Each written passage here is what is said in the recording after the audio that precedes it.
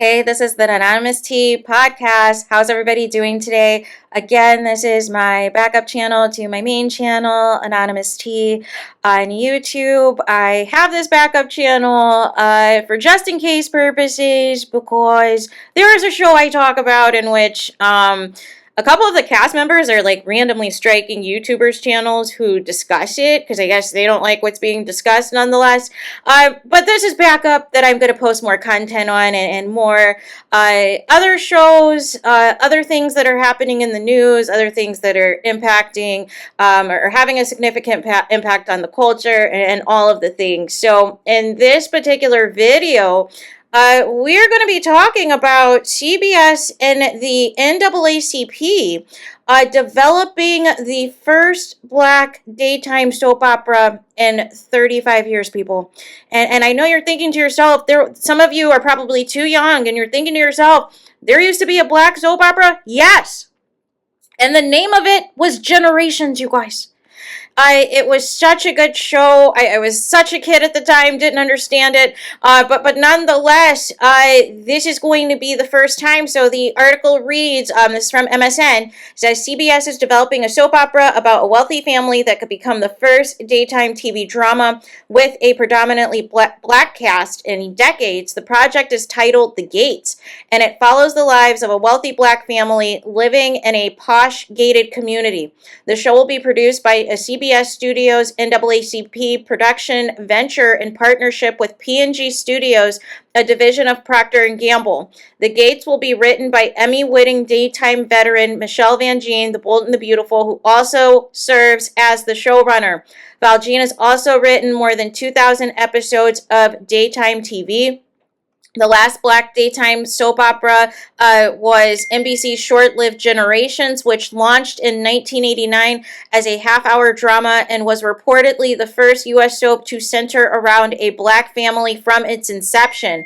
Also, Fox 2015 hit drama Empire was regarded by some as a soap opera, though that one aired in primetime. The Gates will be everything that we love about daytime drama from a new and fresh perspective, said Sheila Ducksworth, president of the CBS Studios NAACP venture, pictured above. This series will salute an audience that has been traditionally underserved with the potential to be a groundbreaking moment for broadcast television.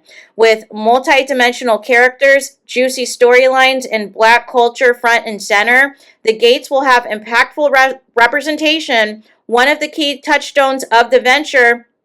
I'm excited to develop this project with CBS and P&G, two of the longest and most passionate champions of broadcast and daytime television, and the NAACP, whose enduring commitment to Black voices and artists is both powerful and inspiring. Launching any new daytime soap would actually break decades-long streak as the genre has fallen out of favor, giving its declining ratings amid competition from streaming. The last time a broadcaster launched a new soap opera was in 1989, NBC's Passions, while CBS' last new soap was The Bold and the Beautiful, which debuted in 1987. There are currently only 3 surviving daytime soaps on broadcast: The Young and the Restless, The Bold and the Beautiful, and General Hospital, with Days of Our Lives on Peacock. In 2011, ABC made the headlines for axing 2 of the longest-running soaps, All My Children and One Life to Live.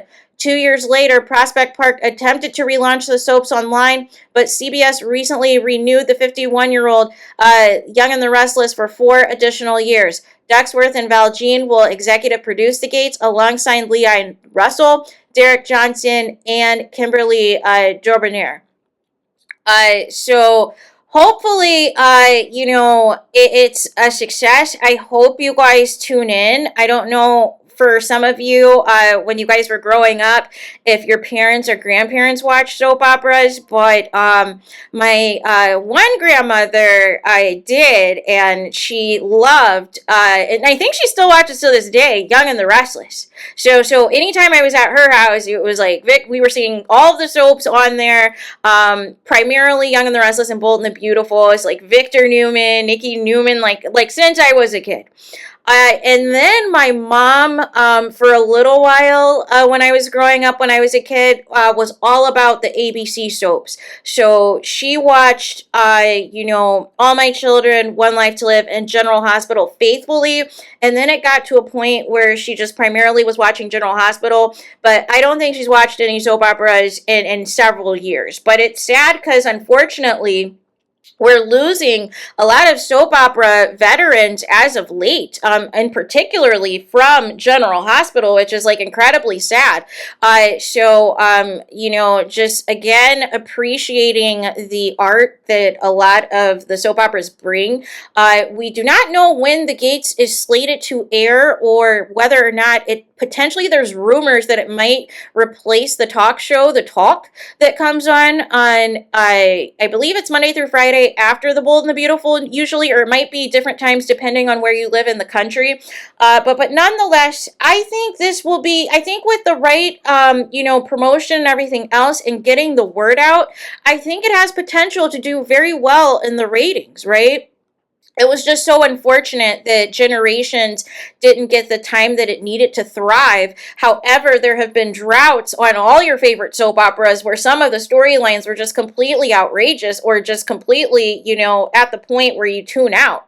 Because even I don't have time to watch soap operas anymore. Every once in a while, I'll pop in on like General Hospital or Bold and the Beautiful or Young and the Restless to kind of just see what's going on and see like if something's trending, a storyline's trending, seeing what's happening. I know they're bringing back a lot of different veterans to the different soaps to try to like boost the ratings and all of that. I don't know why though the soap operas did not hop on the streaming platform the moment Netflix happened. That should have been negotiations immediately for Netflix and Hulu to move these soap operas to these streaming platforms. And that way you can open up to a global audience. I don't think they're ever going to take Bold and the Beautiful and Young and the Restless off the air, primarily Bold and the Beautiful, because Bold and the Beautiful has a huge international fan base. So it is to the point that they get to go on all these nice trips, like all over the world in the budget for a half-hour show. And technically 22 minutes or however long it is when you factor in the commercials. But they get to fly all over and have all of these on-set locations to all these different countries and things because they have a huge international base. And I feel that if all of these other soap operas got on board and got with streaming, I think they could be in the same boat, in a similar boat, especially with, even the soap operas that were canceled, especially with All My Children and One Life to Live. I miss SoapNet. SoapNet used to show all of the old soap operas that used to be on, and it was so entertaining to watch because also the storylines were a lot better back then. Especially, what am I talking about specifically in like the 90s? So that was, always a treat. I see some people now will upload on YouTube some older soap operas, but it's primarily based off of ships, like different couples that you supported, and not so much some of the major storylines, right? So there's that. So I just wanted to talk about this because I know the news came out, I believe like last week or so, that they were going to be launching a all-black soap opera, which I feel like it's needed.